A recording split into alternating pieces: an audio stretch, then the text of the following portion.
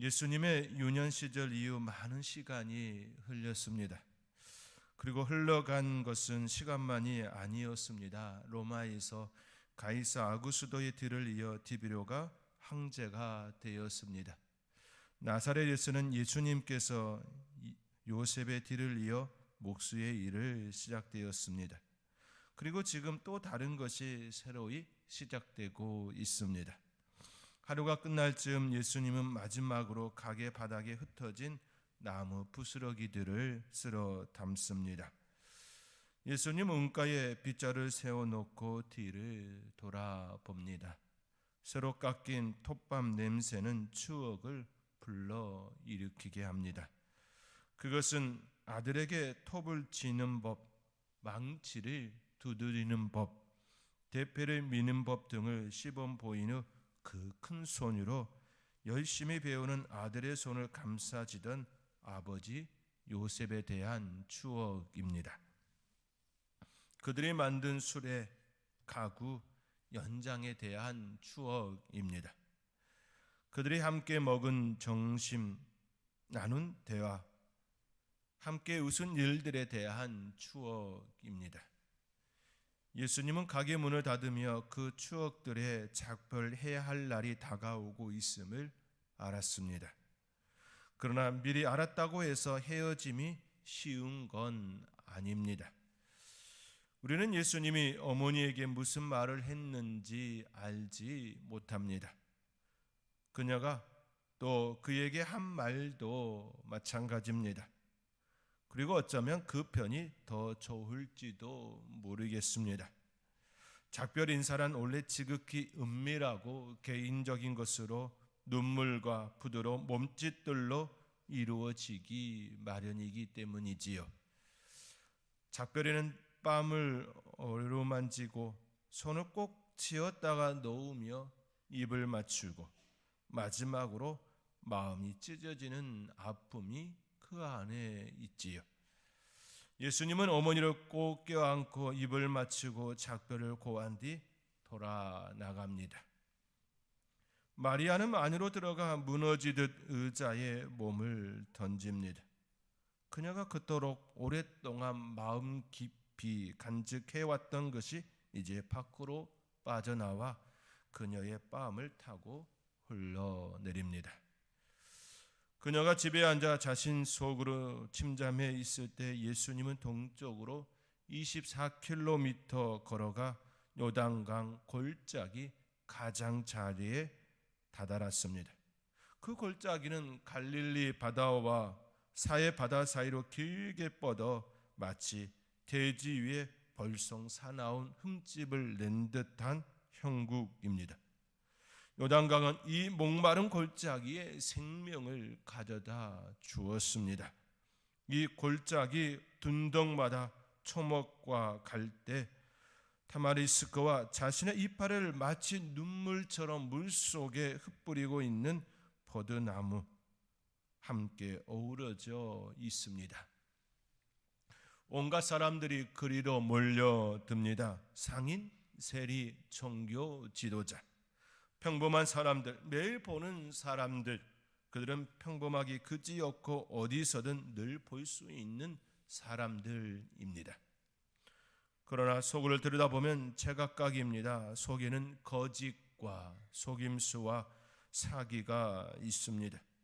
우상숭배와 간음이, 미움으로 가득 찬 말과 오난찬 복수심이, 도둑질과 살인이, 그리고 율법을 어긴 것, 맹세를 어긴 것, 관계를 깨뜨린 것 등이 있습니다. 예수님은 바로 이 깨어짐으로 가득한 골짜기로 해발보다 거의 30m나 낮게 흐르고 있는 요단강 아래로 내려온 것입니다. 군중에게 세례 요한이라고만 알려진 한 사람이 온만히 흐르는 강물에 허리까지 담근 채 서 있습니다. 그러나 예수님은 요한이 자신의 어머니 쪽 친척의 아들이라는 것을 알고 있습니다. 그는 엘리사벳의 아들입니다. 단지 이제 더는 아이가 아닐 뿐이지요. 지금 그는 얼마나 다르게 보이는지 그의 머리카락은 갈기처럼 휘날립니다. 그의 깊은 눈은 강렬한 빛을 발합니다. 그는 메뚜기를 잡고 맨손으로 벌집에 손을 넣어 석청을 채취해 먹고 살았습니다. 그가 무릎을 꿇고 요단강에서 물을 마실 때 지저분한 가죽으로 몸을 감싸고 널쩍한 가죽끈으로 졸라맨 그의 모습은 낙타를 연상케 합니다. 그러나 초라한 겉모습은 그의 내면의 강인함을 숨기고 있을 뿐이지요. 그것은 그의 말이 번개 같고 그의 음성이 천둥 같기 때문입니다. 저와 여러분이 그의 음성을 들었다면 그 소리가 바위를 쪼개고나 남았을 것이라 여겼을 것입니다. 그러나 그가 원하는 바는 바위가 아니라 마음을 쪼개는 것이었습니다. 그는 회개하라 외칩니다. 그러면 마음들이 무너져 내립니다. 언덕들 주위에서 깨어지는 침령들의 소리가 들립니다. 그리고 회개하라 그 말과 함께 그들이 하나님께 돌아가는 것을 방해하는 것은 지적인 것이 아니라 도덕적인 것임을 깨닫게 되지요. 그것들은 부싯된 성품의 도량이고 죄가 붕괴하면서 남겨진 움푹 팬 구덩이입니다. 사람들이 한 명씩 차례대로 앞으로 나아갑니다. 그리고 요한은 그들의 깨어진 심령의 자갈들로 사막의 대로를 만들기 시작합니다. 오실 왕을 위한 대로를 말입니다. 그러나 왕은 오셔서 세례를 받으려 하십니다. 다른 사람들처럼 요한은 믿을 수가 없습니다. 도대체 그분이 왜 회개할 것이 무엇이 있다고 이 자리에 오시는가? 그분에게는 죄가 아무것도 없습니다. 그러나 이 사실은 예수님이 받으신 세례와 신비의 장엄함을 더욱 드러냅니다. 그 안에 하나님의 겸손함을 보고 있는 것이지요. 예수님은 탄생하심으로 하늘에서 내려오셔서 우리의 육신을 입으셨습니다. 그리고 세례받으심으로 한 걸음 더 내려가 우리의 수치를 입으셨습니다. 예수님은 회개의 골짜기로 내려가셨습니다. 언덕에 서서 우리와 함께 인성을 나누실 뿐만 아니라 물속으로 들어가 우리와 함께 죄성을 나누고자 하시는 것입니다. 오늘 본문의 내용을 켄 가이어의 주님을 만나는 기쁨을 그 글을 인용하여 스토리텔링 형식으로 여러분에게 잠시 소개해 드렸습니다. 예수님께서 이 땅에 오시고 성장하여 이제 공생애의 첫 발을 내딛는 그 자리에 가기 전 어머니 마리아와 작별의 시간을 가졌을 것이고 그 내용은 우리는 알 수 없지요. 또 그가 일하였던 그 목공실 역시 아버지로부터 배웠던 그 많은 추억들을 이제 뒤로하고 하늘의 아버지, 그 아버지의 원하시는 그 일을 감당하기 위하여 이제 길을 나셨고 첫 사역의 시작으로 세례를 받으신 사건이 바로 오늘 본문의 내용입니다. 사랑하는 성도 여러분, 예수님은 이 땅에 오셨습니다. 그리고 공생의 첫 사역을 요한에게 세례를 받으심으로 시작하셨습니다. 예수님의 세례 사건은 켄 가이어가 말하는 것처럼 요한이 베푸는 세례의 자리에 있어서는 안 되는 분이셨습니다. 왜냐하면 요한은 회개의 세례를 외쳤기 때문입니다. 우리 예수님은 죄가 없으시기에 그가 외치는 그 회개의 세례를 받으실 수는 없는 분이시지요. 그렇다면 예수님의 세례는 어떤 의미를 가지는 것일까요? 회개의 세례가 아니라면 예수님께서 받으신 그 세례, 그 세례는 어떤 의미일까요? 그것에 대하여 함께 생각해 보기를 원합니다. 구약의 제사 중에 속죄제가 있습니다. 속죄제는 하나님의 백성인 이스라엘이 하나님의 뜻을 어기고 하나님의 백성답게 살지 못했을 때 하나님과의 관계를 회복하기 위하여 드렸던 제사입니다.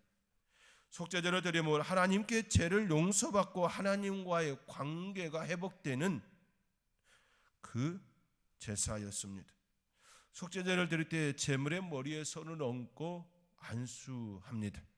손을 얹고 안수하는 의미는 나의 죄가 이 제물 위에 전가되었음을, 나를 대신하여 희생되어지는 것을 의미합니다. 번제로 드려지는 그 제사를 통하여 나의 죄가 온전히 다 태워지는, 사라지는 그 의미를 그곳에 담습니다. 그렇습니다. 속죄제를 드릴 때 제물의 머리에 안수하는 것처럼 예수님께서는 세례 요한으로부터 그렇게 머리에 안수를 받았습니다. 세례의 그 현장에서 예수님의 첫 사역의 공생의 첫 시작의 첫 단추를 세례 받음으로 마치 속죄 제물에 손을 얹은과 같이 되었습니다. 세례 요한이 그 당시 베풀었던 세례는 회개의 세례였지요. 하나님의 말씀을 따라 죄악 가운데 있는 이들을 향하여 회개하라, 천국이 가까이 왔느니라 선포하며 그들에게 베풀었던 세례였습니다. 그러한 차원으로 생각하면 예수님의 이 세례는 전혀 맞지 않는 부분입니다. 왜냐하면 예수님은 죄가 없으실 뿐만 아니라 하나님과 단절된 적이 없었기 때문입니다. 하늘 보좌에서 이 땅에 내려오시고 성장하며 지금 공생의 첫 시작하는 그 시작점까지 한 번도 하나님과 단절된 적이 없었기 때문이지요. 율법에서 벗어난 삶이 아닌 오히려 율법을 초월한 그 삶을 살았던 것이지요. 그러한 예수님께서 세례 요한으로부터 안수를 받았습니다. 세례를 받았습니다. 결국 그 세례의 의미는 속죄제의 그 제물 위에 손을 얹은과 같이 죄의 정가를 뜻하는 그 의미가 거기에 담겨진 것이지요. 세례 요한은 인간을 대표하여 회개하라, 천국이 가까이 왔느니라 선포되어지는 그 현장 가운데에 인간의 방법으로는 도저히 해결될 수 없음을 너무나도 잘 알고 있는 우리 하나님께서 진정한 제물 되어질 예수님을 그 자리에 있게 하셨던 것이지요. 이러한 의미에서 예수님께서 공생애를 첫 시작하는 첫 단추가 세례였음은 매우 크나큰 의미임을 우리는 깨닫습니다. 예수님의 공생의 첫 시작은 세례 요한에게 세례를 받는 것이었지요. 그러므로 예수님의 공생애가 무엇을 위하여 어디를 향하고 있는지 분명하게 우리에게 제시하고 있음 또한 우리는 깨닫습니다. 그것은 바로 인간의 죄를 위하여 속죄 제물로서의 행보 그 움직임이었습니다. 이러한 사실을 깨달은 마태복음 기자는 예수님의 출생으로부터 죽음과 부활, 승천하게 이르기까지 한결같이 예수님에 대하여 기술하는 내용이 주제가 있습니다. 그 내용과 주제는 예수님은 하나님의 아들이라는 것이지요. 그리고 이 땅에 백성들의 죄를 사하시기 위하여 오셨다라는 내용입니다. 그 내용을 잠시 우리가 생각해 보면, 첫째, 예수님의 탄생 예고에서 이미 우리가 말씀을 통해 보았지요. 마리아의 잉태는 성령으로 된 것으로 아들을 낳을 것이고 자기 백성을 그들의 죄에서 구원할 자 예수 그리스도이심을 밝힌 바 있습니다. 그렇지요. 예수님의 탄생 예고에서 이미 그분은 자기 백성의 죄를 사하시기 위하여 성령으로 오심을 요셉에게 알려주었습니다. 둘째, 요한의 세례 현장에서 예수님께서 세례를 받으신 후 하늘로부터 소리가 있었지요. 오늘 본문의 말씀이지요. 내 사랑하는 아들이여 내 기뻐하는 자라.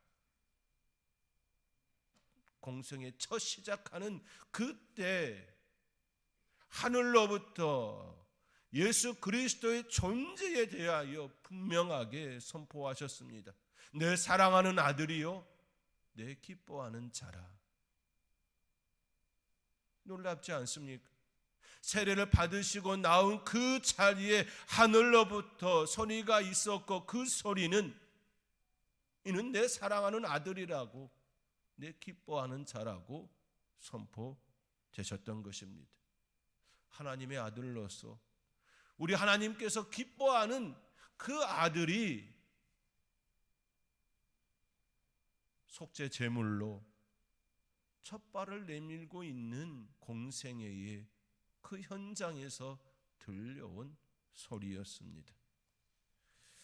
셋째, 예수님께서 자신이 누구인지 묻는 그 물음에 대하여 베드로가 주는 그리스도시요 살아계신 하나님의 아들이시니다라고 고백하지요.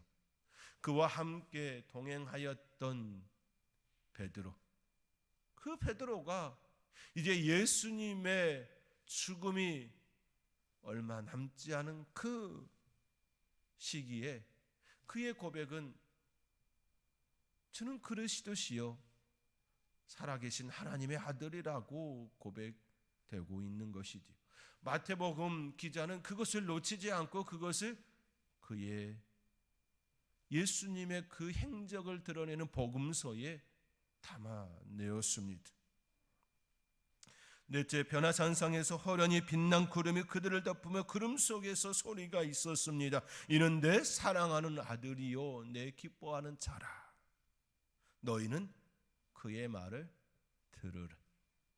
변화산 위에서 초막 셋을 짓고 여기서 이자라고 하는 제자들의 그 말에 대하여 우리 예수님은 변화상에서의 모습이 끝이 아니라 장차 십자가에 짊어지고 죽어야 하는 속죄 제물이시기에 내려가야 함을 말씀하고 있었던 것,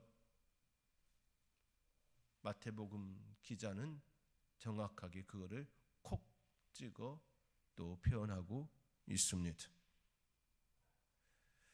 그의 말을 들으라. 이때도 결국 예수님의 존재가 하나님의 아들이심을 또 내려가 그 일을 감당해야 할 분이심을 선포되고 있지요. 다섯째, 예수님의 죽음을 본 로마의 백부장이 지진과 그 일어난 일들을 보고 심히 두려워합니다. 그리고 그가 고백하지요. 이는 진실로 하나님의 아들이었도다. 이방인 로마의 백부장이 예수님의 그 죽음을 바라보면서 이는 진실로 하나님의 아들이었다라고 고백하고 있습니다. 예수님이 하나님의 아들이라고 하는 이 사실에 대하여 그리고 십자가를 향하고 있음에 대하여 하목제물로 속죄제 제물로 이 땅에 오신 예수님에 대하여 그렇게 하나하나 조목조목 들어가고 있습니다. 이처럼 마태복음 기자는 예수님이 하나님의 아들이심을 하늘로부터 그리고 제자로부터 그리고 이방인 로마의 백부장에 이르기까지 다양한 목소리로 증언, 그 증언들을 복음서 안에 담아내었습니다. 이 모든 증언들은 결국 하나님의 아들 예수 그리스도의 사역이 무엇을 위하여 어디를 향하고 있는지 명확하게 드러내고 있는 모습들이지요. 그 소리들은 한결같이 인간의 죄를 위해 십자가에서 희생 제물로 대속 제물로 드려지는 그 예수님을 향하고 있습니다. 사도 바울도 이 사실을 에베소서 5장 2절에 그리스도께서 너희를 사랑하신 것 같이 너희도 서로 사랑 가운데 행하라 얘기하며 이와 같이 말합니다. 그도 우리를 위하여 자신을 버리사 향기로운 제물과 희생 제물로 하나님께 드리셨느니라. 예수 그리스도께서 우리를 사랑하신 것 같이 그 사랑이 무엇냐 하고 할 때에 향기로운 제물, 희생 제물, 그 제물이 되어서 하나님께 드렸다라고 에베소서 5장 2절에 그렇게 기록으로 담았습니다. 사도 요한도 동일하게 고백하죠. 요한일서 2장 2절의 말씀에 그는 우리 죄를 위한 화목 제물이니 우리만 위할 뿐 아니요 온 세상의 죄를 위하심이라. 온 세상, 지나간 세대, 지금의 세대, 다가올 세대, 온 세상의 죄를 위하여 2000년 전에 이 땅에 오셨습니다. 우리가 대림절을 보내며 그 예수님의 존재의 의미가 내 안에 들어올 때에 나는 대림절을 온전히 잘 보낼 수 있습니다. 성탄절의 의미가 무엇인지 진정으로 알고 그 자리에 동방으로부터 온 박사들처럼 마음과 함께 예물로 나아갈 수 있는 것이지요. 그 사랑, 그 의미가 내 안에 역사되어질 때에 내가 그 자리에 있을 수 있는 것이지요. 그것이 얼마나 큰 축복인지, 그것이 얼마나 큰 은혜인지 내 입술로, 내 마음으로, 내 모든 것 다에 향하게 되는 것이지요. 그렇기에 세례 요한이 예수님께 나는 예수님께 세례를 베풀 수 없다라고 말하는 그 말에 대하여 오늘 본문 15절은 이렇게 말하지요. 예수께서 대답하여 이르시되 이제 허락하라. 이제 허락하라. 우리가 이와 같이 하여 모든 의를 이루는 것이 합당하니라 하시니 이에 요한이 허락하는지라. 모든 의를 이루는 것이 합당하다 말합니다. 너가 내게 세례를 베풀어야 이것이 결국 십자가로 이어지는 화목제물로 드려짐으로 모든 의를 이루는 이것이 되어짐을 그에게 말함인 것이지요. 요한은 감히 하나님의 아들 왕으로 오신 예수님께 세례를 베풀 수 없다 여겼습니다. 그가 외치는 세례는 회개의 세례였고 그분은 하나님의 아들 이 땅의 왕으로 오심을 그는 성령으로 알았기 때문이지요.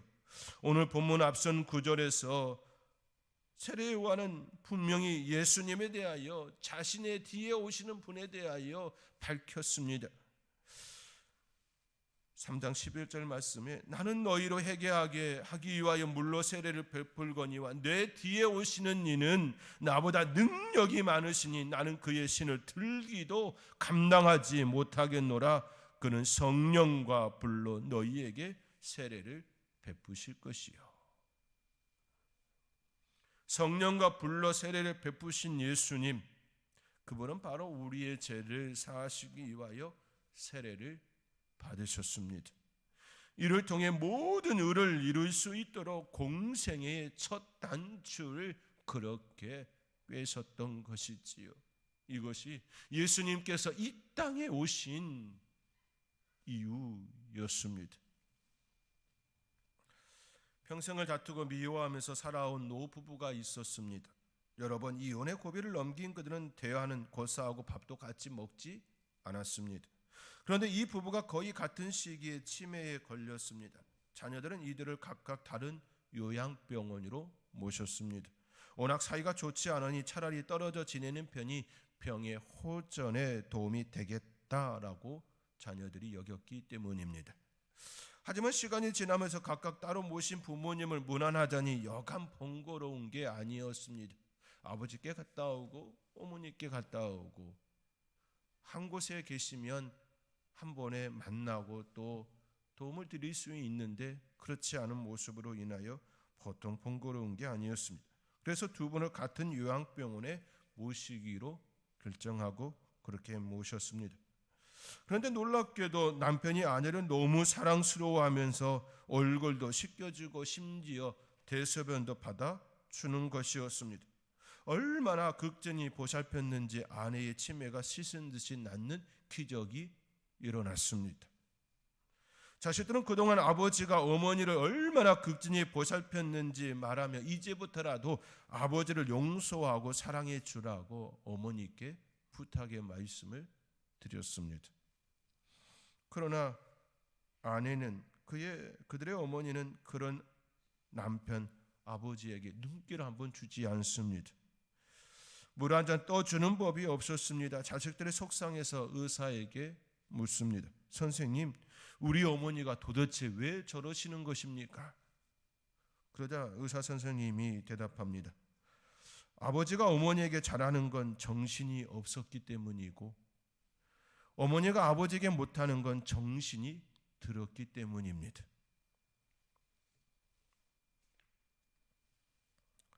재정순호는 희생적인 사랑을 못할 수 있지요. 눈이 멀어야 사랑할 수 있습니다. 부부 사이에도 남편의 흠이 보이고 남편의 그것들이 보이면 사랑하기가 참 어렵지요. 그래서 결혼하기 전에는 두 눈을 번쩍 뜨고 결혼한 위에는 눈을 감으라고 하지 않습니까? 눈이 멀어야 사랑할 수 있습니다. 따지고 계산해서는 상대의 허물을 덮는 그 사랑을 온전히 행할 수가 없습니다.